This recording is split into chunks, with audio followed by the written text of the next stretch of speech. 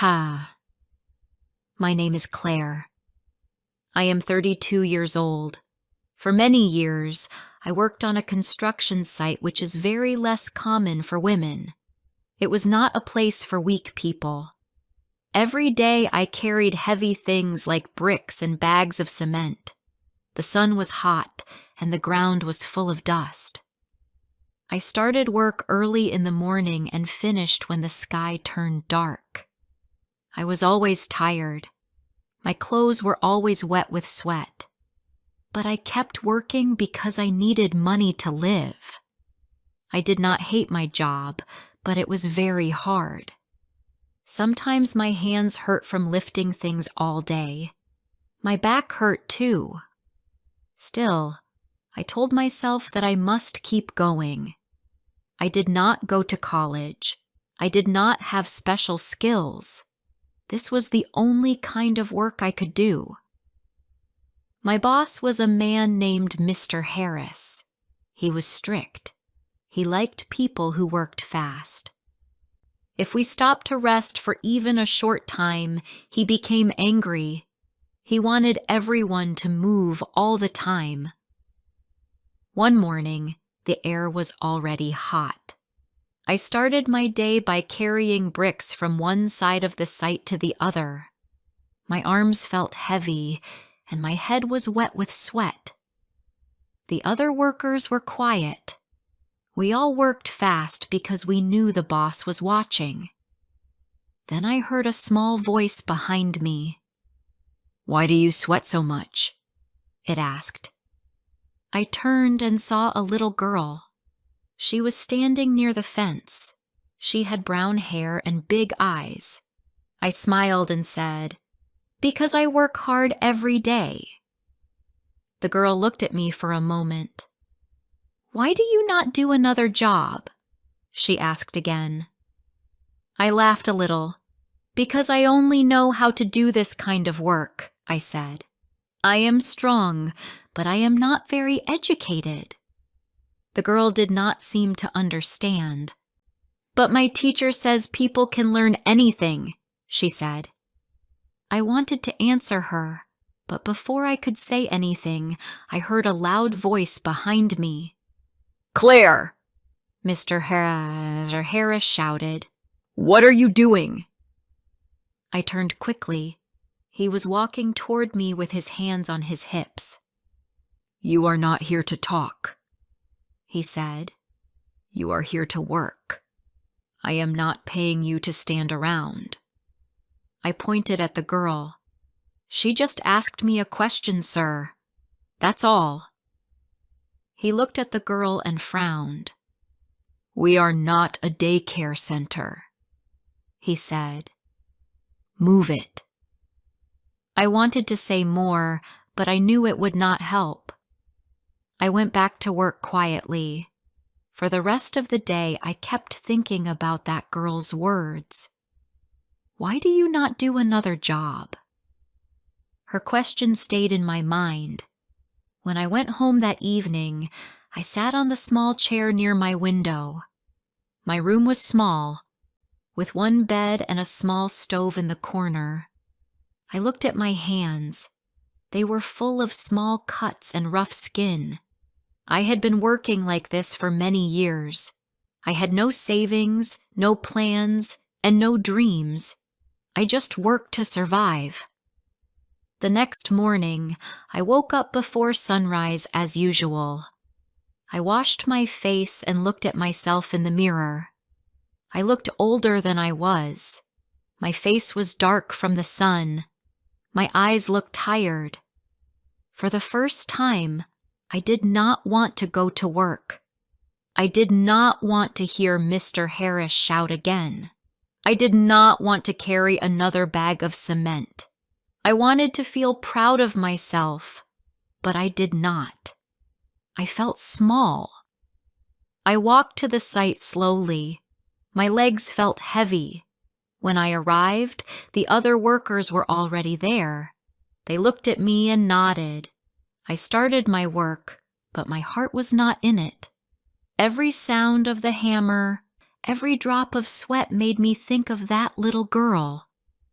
"Why don't you do something else?" she had asked. I knew I did not have many choices, but her question made me wonder if I was really trying hard enough to change my life. At lunchtime, I sat in the corner under a small tree. I ate bread and drank water.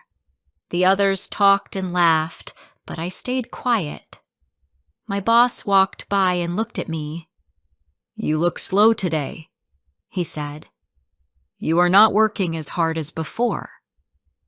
I looked up and said, "I am just tired." He laughed. "Everyone is tired, Claire. That's why we get paid. Now finish your food and get back to work."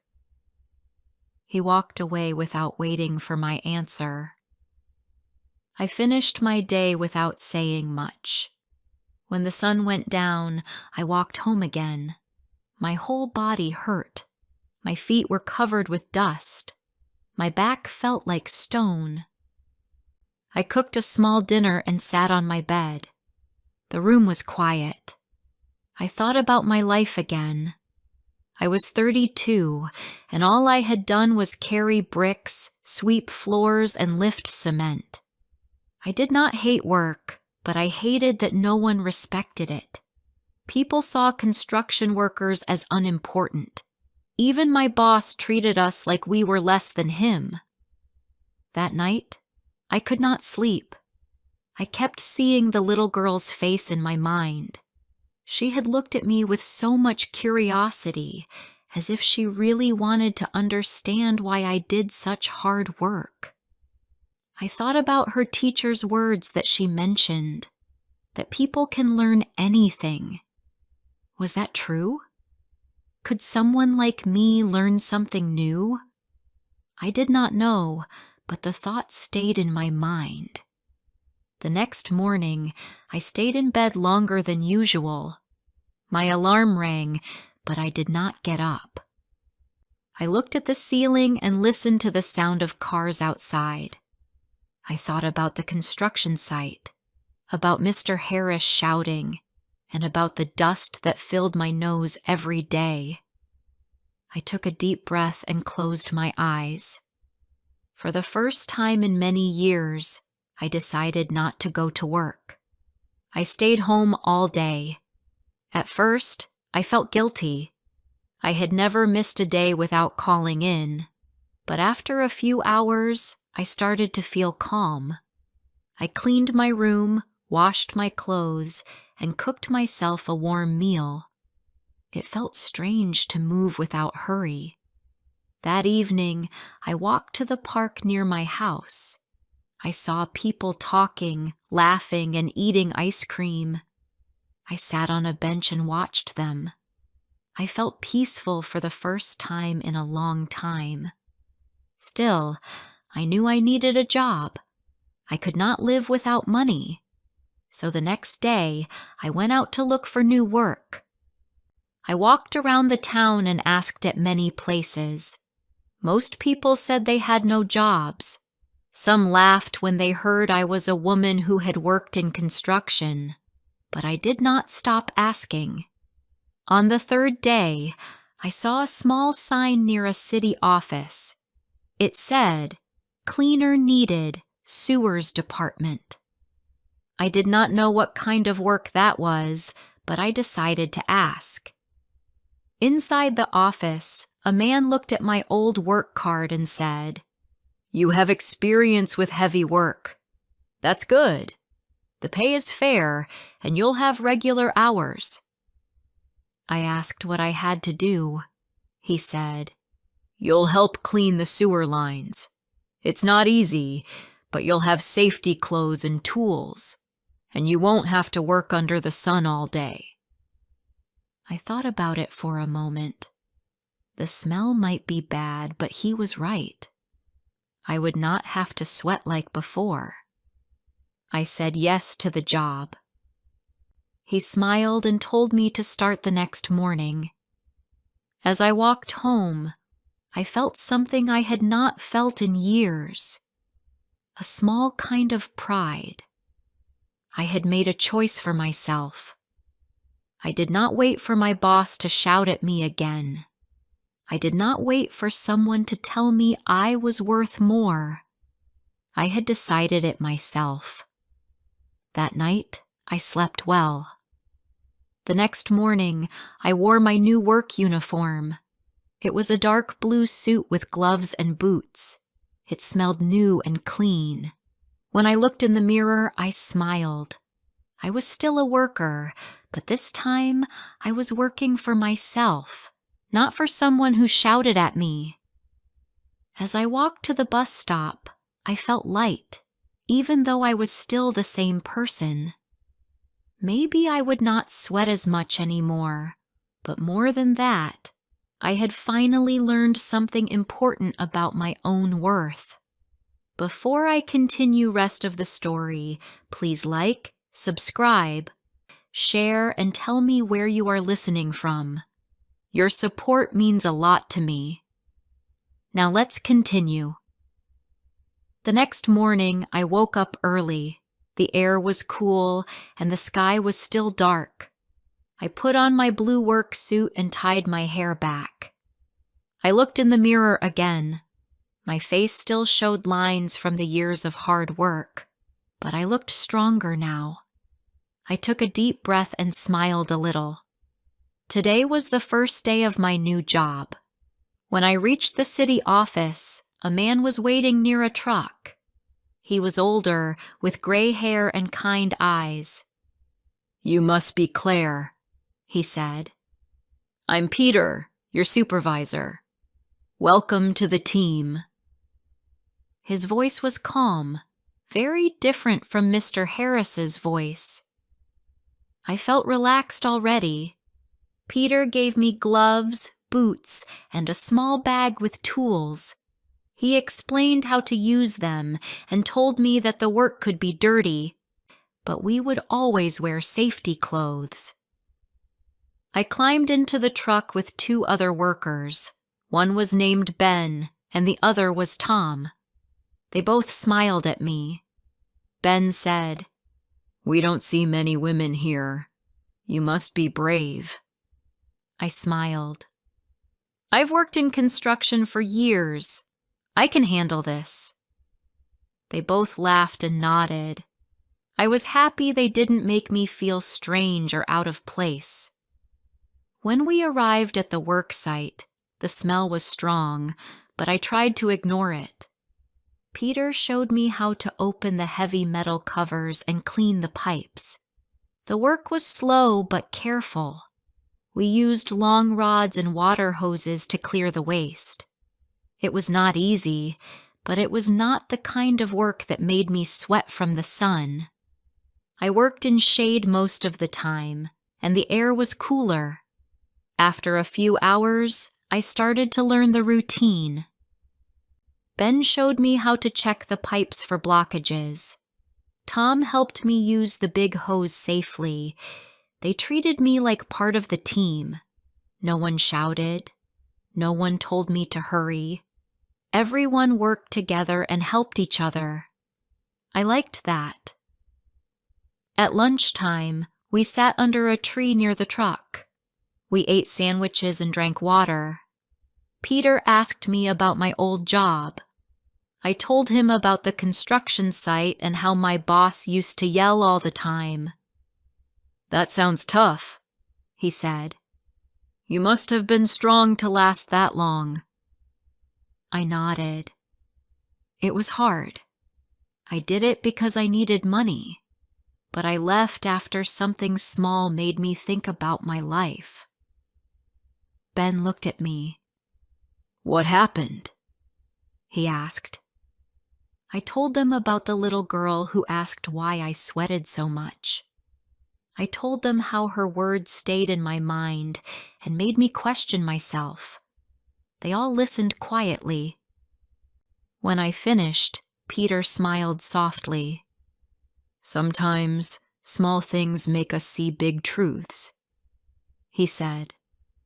"Maybe that girl helped you find your next step." I looked down and smiled. Maybe she did. The afternoon passed slowly. The work was not pretty, but it was honest. When I finished my first day, I felt tired but peaceful. My clothes were dirty, but I did not feel ashamed. I had worked hard, and my new boss respected me. As I walked home, I passed the old construction site. I saw Mr. Harris standing near the gate, shouting orders as usual. He saw me and frowned. "Where have you been?" he shouted. "You didn't come back." I looked at him calmly. "I found another job," I said. His eyebrows rose.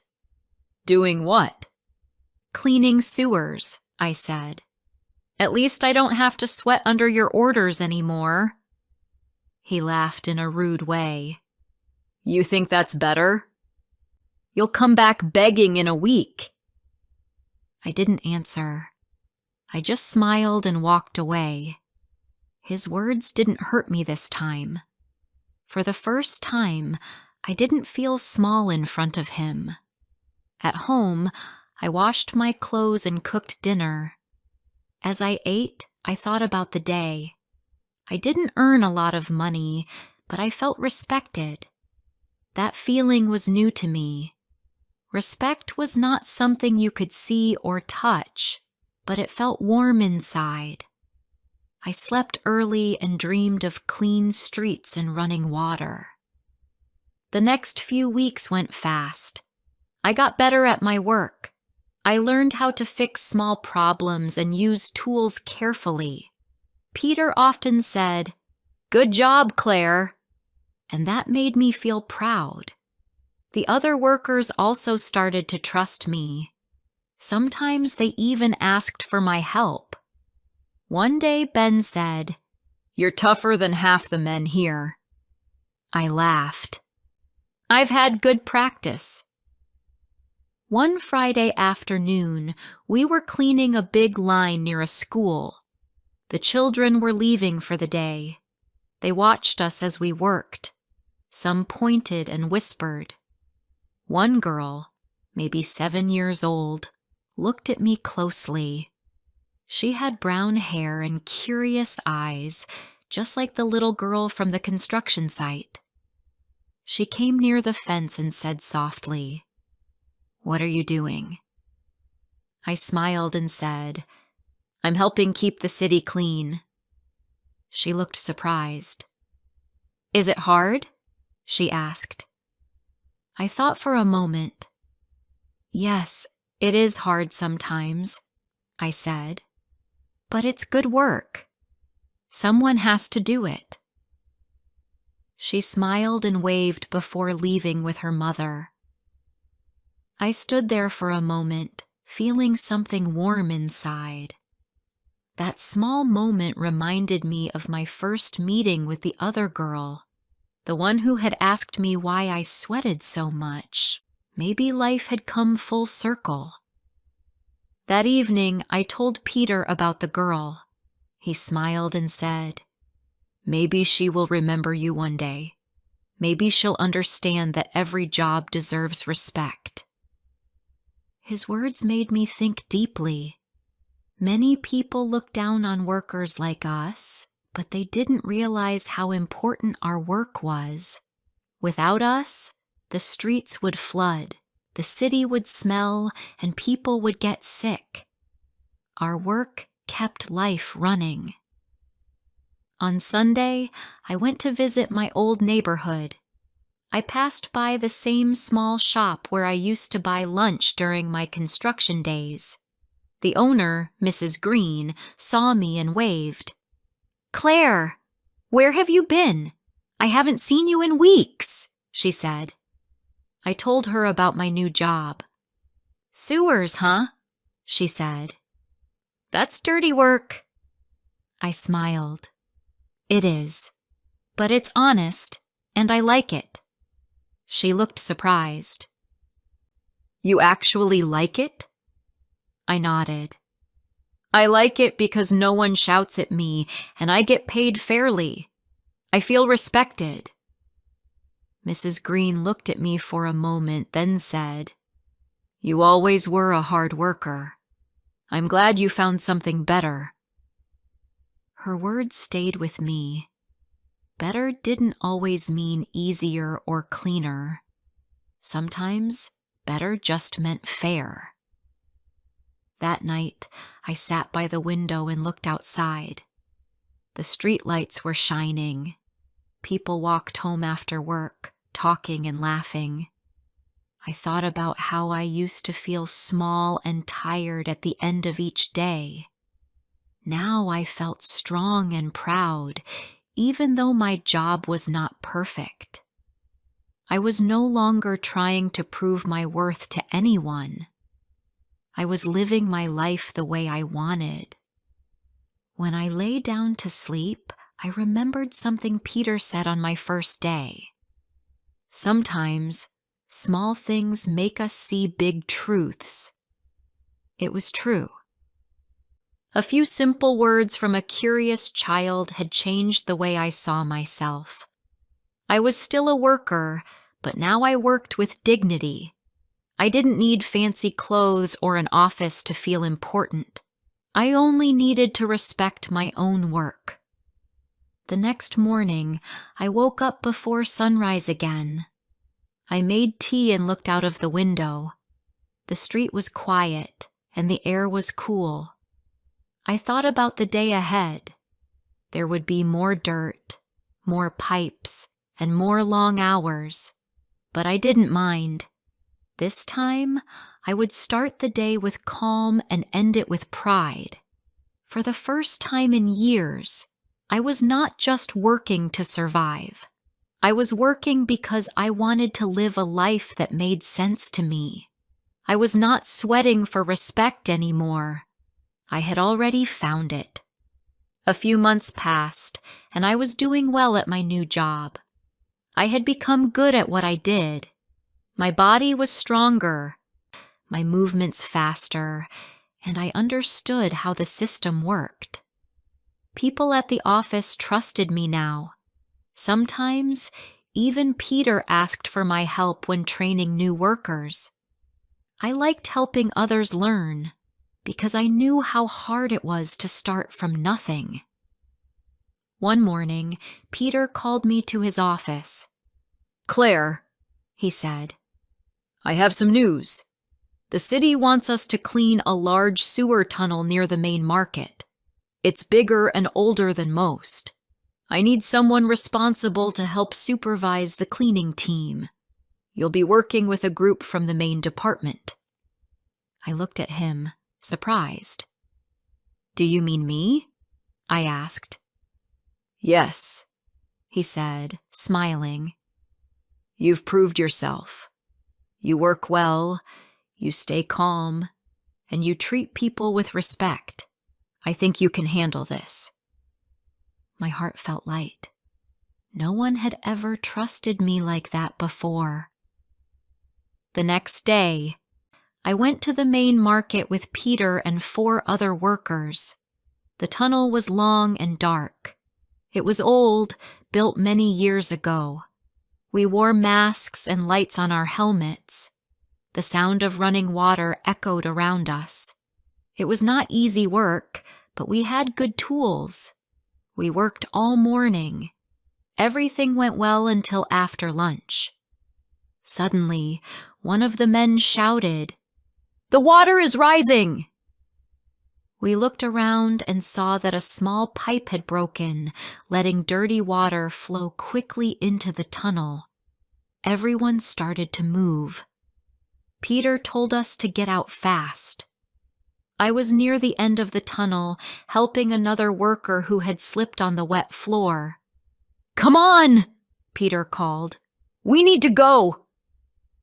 The man I was helping had hurt his ankle and could not stand.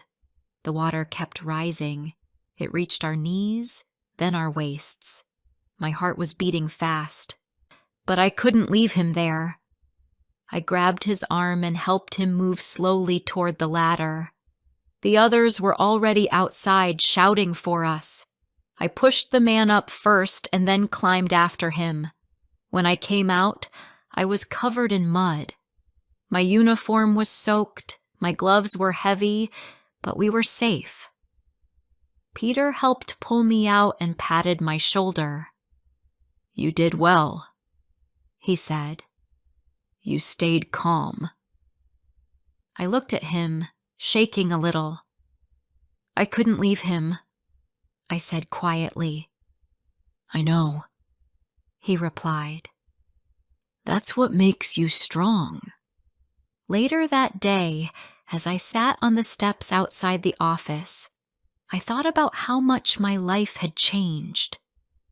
A year ago, I was working in the hot sun, carrying bricks while someone shouted at me. Now, I was trusted and respected. I was still doing hard work, but I was doing it with pride. I had found strength in myself that I never knew I had. That evening, I went to a small cafe near my house.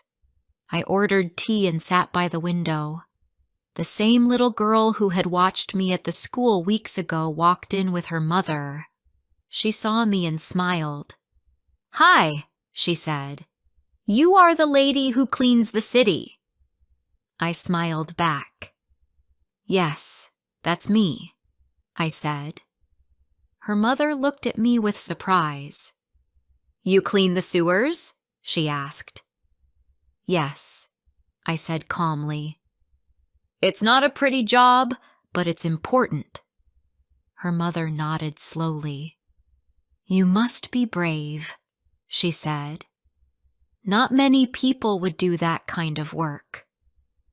The girl smiled proudly.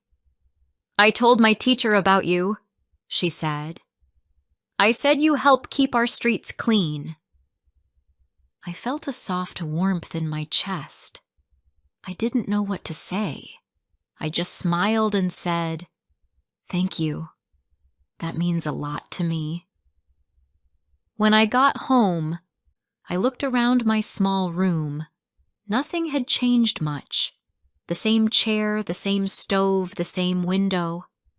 But I felt different. My heart was lighter. I was not rich. I was not famous. But I had something I didn't have before. Respect for myself. A few weeks later, something special happened.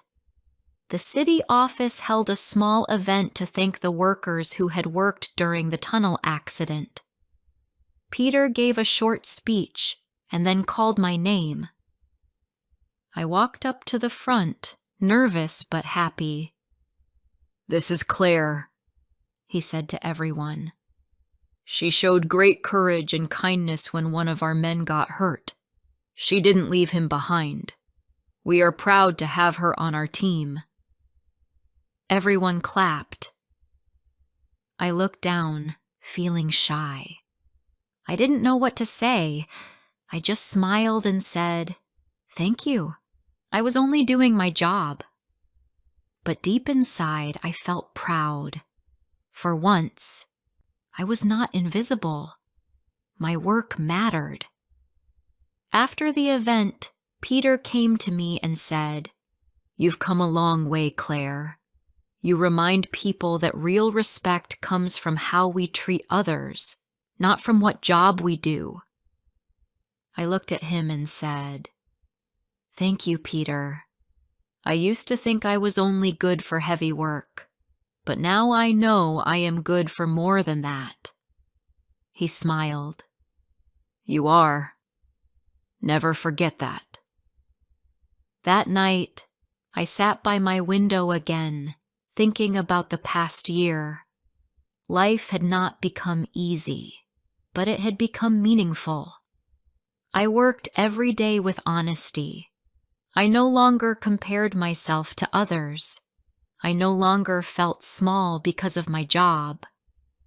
Every morning when I wore my uniform, I felt proud, not embarrassed. One evening, I passed by the construction site again. It was quiet now. The building was finished. I looked through the fence. Everything was clean and shining. A man in a white shirt stood near the gate.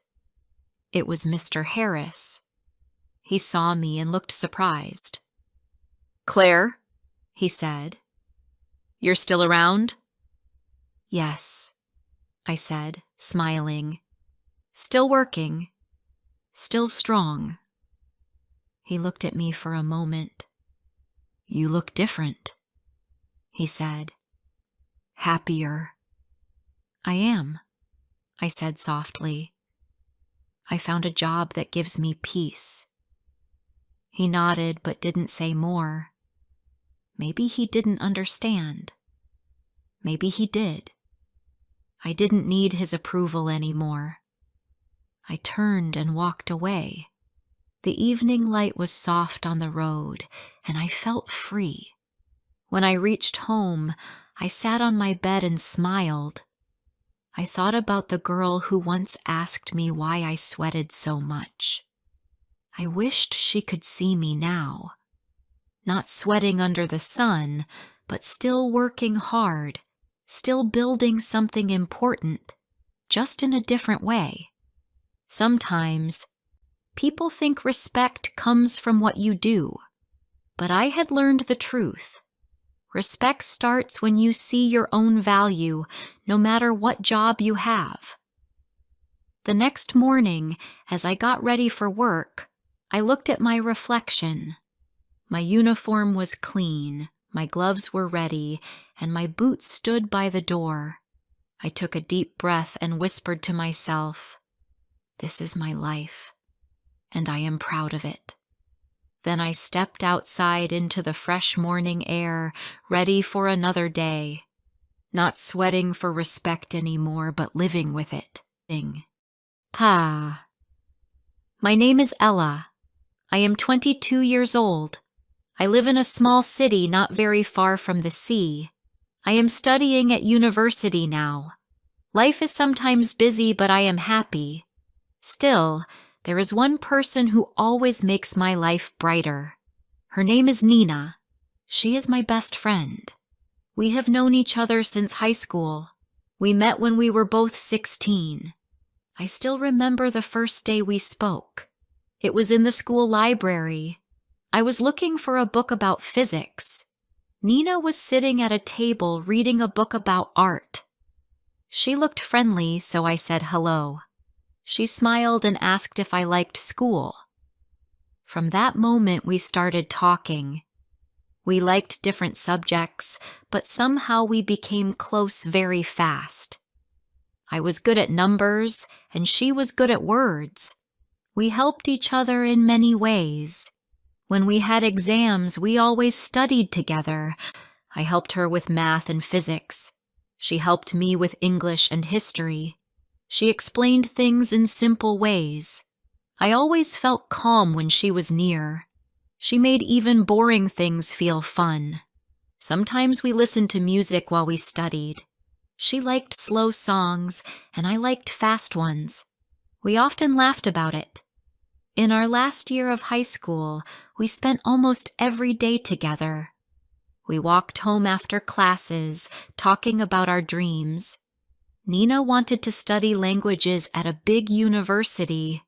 I wanted to study science. We both hoped to get into the same city, even if not the same school. We promised that we would never stop being friends, even if life changed. When graduation day came, we cried a little. We were happy, but also sad. It felt strange to say goodbye to our old school. That summer was full of memories. We went to the park, took pictures, and talked about the future. I remember Nina saying, "No matter what happens, you will always be my best friend." I said the same to her. We believed it with all our hearts. When university started, we moved to different cities. It was not easy at first. I felt lonely in a new place. Everything was different. The people, the streets, even the weather. But Nina called me almost every evening.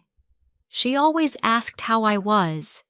When I was tired from studying, she told funny stories to make me laugh. I did the same for her. Our friendship grew stronger with time. We sent each other small gifts, like keychains or postcards. She once sent me a small blue notebook. "Write your ideas here," she said on the phone. "You always have good thoughts." I laughed and said, "Then you should write your poems there." We laughed together. That is how we were, simple, honest, and warm. Sometimes life was not easy for Nina. She told me about her boyfriend once. His name was Leo. At first she was happy with him, but later she said he started to act distant. She felt sad and confused. I listened to her for hours on the phone. I told her she was strong and kind and that she deserved to be happy. A few weeks later, she told me they broke up. She cried that night, and I cried too. I wished I could hug her, but I was far away. So I stayed on the call until she fell asleep. After that, Nina became stronger. She started painting again, and she even joined an art club. I was proud of her. She said, "You always push me to do better." I smiled and said, "That's what friends are for." I was also busy with my studies. Sometimes I felt stressed about exams. When I told her, she said, "Take a walk. You always think too much." Her words always made me calm. One winter, I visited her city. It was the first time we saw each other after 1 year. When I got off the bus, she was waiting for me near the station. She ran to me and gave me a big hug. We both laughed and said, "You look the same." That weekend was full of small adventures. We walked in the park, went to a small cafe, and took many pictures. It felt like no time had passed at all. I remember sitting with her by the river that evening. The sky was pink and orange. We talked about how fast life was moving. Nina said, "Sometimes I'm scared we will grow apart." I said, "That will never happen." She looked at me and smiled. "You always say things that make me feel better." We sat there quietly for a long time, watching the water move slowly. When I returned to my city, I felt peaceful. I knew our friendship was real. Even distance could not change it. But as time went on, our lives started to get busier. We had less time to talk every day. I missed her, but I knew she was busy with her art classes and part-time work. I was also studying hard for my exams. Still, every weekend, one of us would call. Sometimes it was a short call, sometimes a long one. But we always found a way to talk. One evening, I received a message from Nina. It said, "I have news. Can we talk?" I called her right away. Her voice sounded happy and nervous at the same time. She told me she had applied to study abroad for 1 year. "That's amazing," I said. She laughed but sounded unsure. "I don't know if I should go," she said softly. "I don't want to leave everything here." I told her, "This is your dream. You must go. I will always be here." She was quiet for a moment and then said, "You always know what to say." A few weeks later, she called again and said she got accepted. I was so proud. She would be going to another country for a full year. I tried to sound strong, but when the call ended, I sat quietly. I felt happy for her, but also a little sad. I knew I would miss her. Before she left, she sent me a message. It said, "Thank you for being my best friend. Promise me you won't forget me." I smiled at my phone and wrote back, "Never." That night, I thought about everything we had shared, our laughter, our tears, our dreams. I knew this was not the end of our story. Real friendship does not end when people move away. It only grows stronger. I went to sleep with that thought, feeling both proud and peaceful. And I didn't know it then, but the next part of our friendship would teach me even more about love, trust, and distance.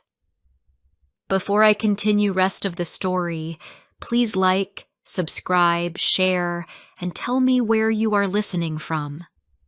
Your support means a lot to me. Now let's continue. When Nina moved abroad, everything felt different. We were still close, but the time was not the same anymore. When it was morning for me, it was night for her. Sometimes she called when I was at school.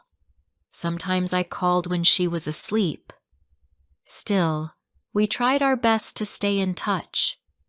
We sent each other pictures of daily life.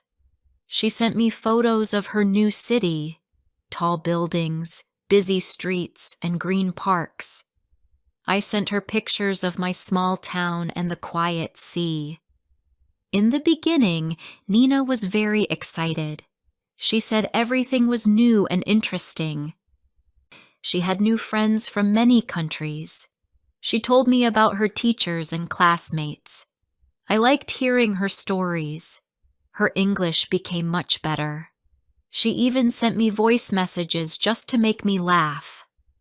She sounded happy, and I was happy for her. But after a few months, I started to feel that her voice sounded different. It was softer, slower, and sometimes sad. One evening she called me. I could tell she was not okay.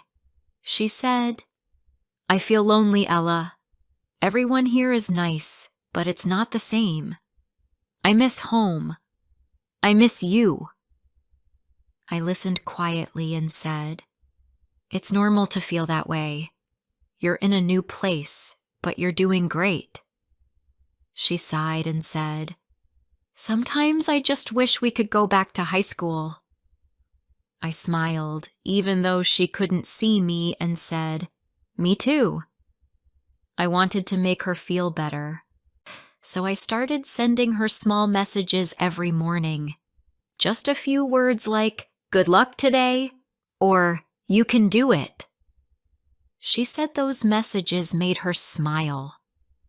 Sometimes she sent me pictures of her meals or the view from her window. Even small things made us feel close again. During that year, I also learned many things about myself. I had more classes, more projects, and less time to rest. But whenever something hard happened, I thought of Nina. I remembered how she always told me to stay calm and keep trying. That helped me more than she knew. Then, one day, something surprising happened. Nina called and told me she met someone new. His name was Victor. She said he was kind and always made her laugh. I was happy for her. I could hear her smile again when she talked about him. She said they went for walks after class and had coffee together. She sounded like the old Nina again, cheerful and full of energy. Weeks passed, and she talked about Victor more often. I liked hearing about him. He sounded nice. But then her messages started to come less often. At first, I didn't think about it much. I knew she was busy, but later she stopped replying for days. I started to worry. When she finally called, she sounded tired. "I'm sorry, Ella," she said softly. "I've been busy with Victor. He's nice, but also confusing. Sometimes he's sweet and other times he's cold. I don't understand him. I listened carefully and said, maybe he's just stressed. Talk to him. Tell him how you feel. She said she tried, but it didn't help. I could hear sadness in her voice. After that, weeks passed before she called again. When she finally did, she cried on the phone.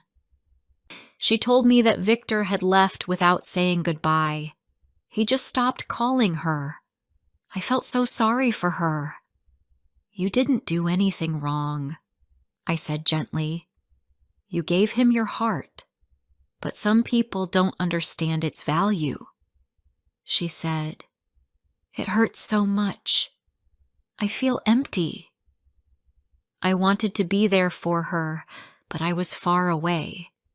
So I stayed on the phone for hours, just listening. I told her about small, funny things from my day, just to make her smile. I could hear her laugh again after some time. It was soft, but it was real. After that, she started painting again. She said it helped her forget. She sent me a picture of one of her new paintings. It was of two girls standing by the sea holding hands. She said, "This is us." I smiled and said, "It's beautiful." She said, "You always believed in me, even when I didn't." Time moved fast after that. Soon, her year abroad came to an end. Before she came home, she sent me one last message from that country. It said, "You are my home, Ella. I can't wait to see you." I cried when I read it. A few days later, I went to the airport to meet her. I held a small flower in my hand, waiting at the exit gate. When I saw her walking out, I almost ran to her. She looked tired but happy. We hugged tightly. She said, "Finally," and laughed. We went home together and talked all night. She told me stories about her time abroad, her classes, her travels, and even her sadness. I listened to everything. It felt like old times again. She said, "You were right, Ella. Real friends stay, no matter what." After that, she moved to a small apartment near the city center. I visited her often. Sometimes she came to my place too. We studied together again like before, though in a different way now.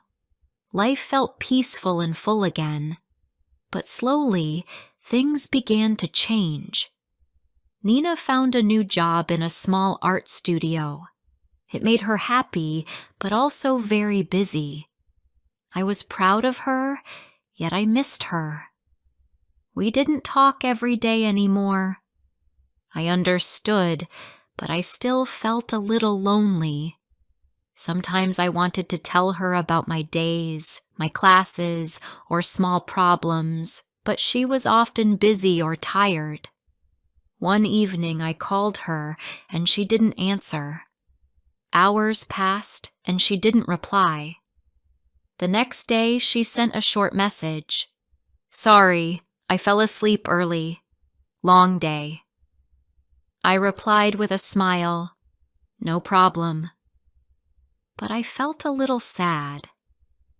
Weeks passed, and I started to see her less often. When we met, she was always kind, but also distracted. Once, she talked a lot about her new friends at work. I smiled, but deep down, I felt like something was changing. That night, when I came home, I looked at the picture she painted, the one with two girls by the sea. It was still on my wall. I stared at it for a long time. I told myself that true friendship doesn't end. People just grow, but love stays. Still, I couldn't stop thinking. Was our friendship the same as before? Or was it slowly becoming something different? I didn't want to lose her, but I also didn't want to hold her back. She was happy with her new life, and that made me proud, even if it hurt a little. One day, I decided to write her a message. I didn't say much, just, "I'm proud of you. You're doing great. I'm always here." She replied a few hours later, "Thank you, Ella. You don't know how much that means to me." When I read her words, I smiled. I realized then that true friendship doesn't need to be loud or constant. It just needs to be real. Even if life changes, the bond stays. That night, I went to sleep feeling calm. I knew that our story was not ending. It was only changing. And maybe that was okay. Months passed, and life became busy for both of us. I finished my last year at university and started working as a teaching assistant. Nina's work at the art studio grew fast. People loved her paintings, and soon her name appeared in small art magazines. Every time I saw her success, I felt proud. She had worked so hard to reach that point. Sometimes we met on weekends for coffee or a walk in the park. It felt good to talk and laugh again, but sometimes she had to cancel because of work. I understood, but I always missed her. I never told her that because I didn't want her to feel bad. I only said, "It's okay. We'll meet next time." One rainy afternoon, I sat by my window reading. My phone rang. It was Nina. Her voice sounded tired and sad. "Can I come over?" she asked softly. "Of course," I said. "I'll make tea." She arrived a little later, wearing her big gray coat. When I saw her face, I could tell something was wrong. She sat down quietly and looked at her hands. "What happened?" I asked. She took a deep breath. "The studio is closing," she said. "The owner is moving away. I don't know what to do next." I was surprised. "But your work is amazing," I said. "You can find another place." She shook her head. "It's not easy. I feel lost again." I made her a cup of tea. We sat in silence for a while. Then I said, "You remember when you were abroad and you felt lost too? You didn't give up then. You won't give up now." She looked at me and smiled softly. "You always say the right words," she whispered. I smiled back. "Because I know you," I said. That night we talked for hours. She told me how scared she was to start again. I reminded her how strong she had always been. By the time she left, she looked a little lighter. Before she went out the door, she hugged me tightly and said, "I'm so lucky to have you." I felt warm inside. A few days later, she called with news. "Ella, guess what? I'm going to open my own small studio." I was so happy. "That's amazing," I said. "See? You found your way again." She laughed. "Only because you reminded me to try." Months passed, and her new studio started to grow. She painted every day and even began teaching art to children. I visited sometimes, and seeing her surrounded by colors and laughter made me proud. She looked truly happy again. One afternoon, I was helping her arrange paintings on the wall. She said, "You know, I think about our high school days sometimes. We were so young, but you always supported me. I laughed. And you always helped me with English. Maybe that's why I can talk so much now.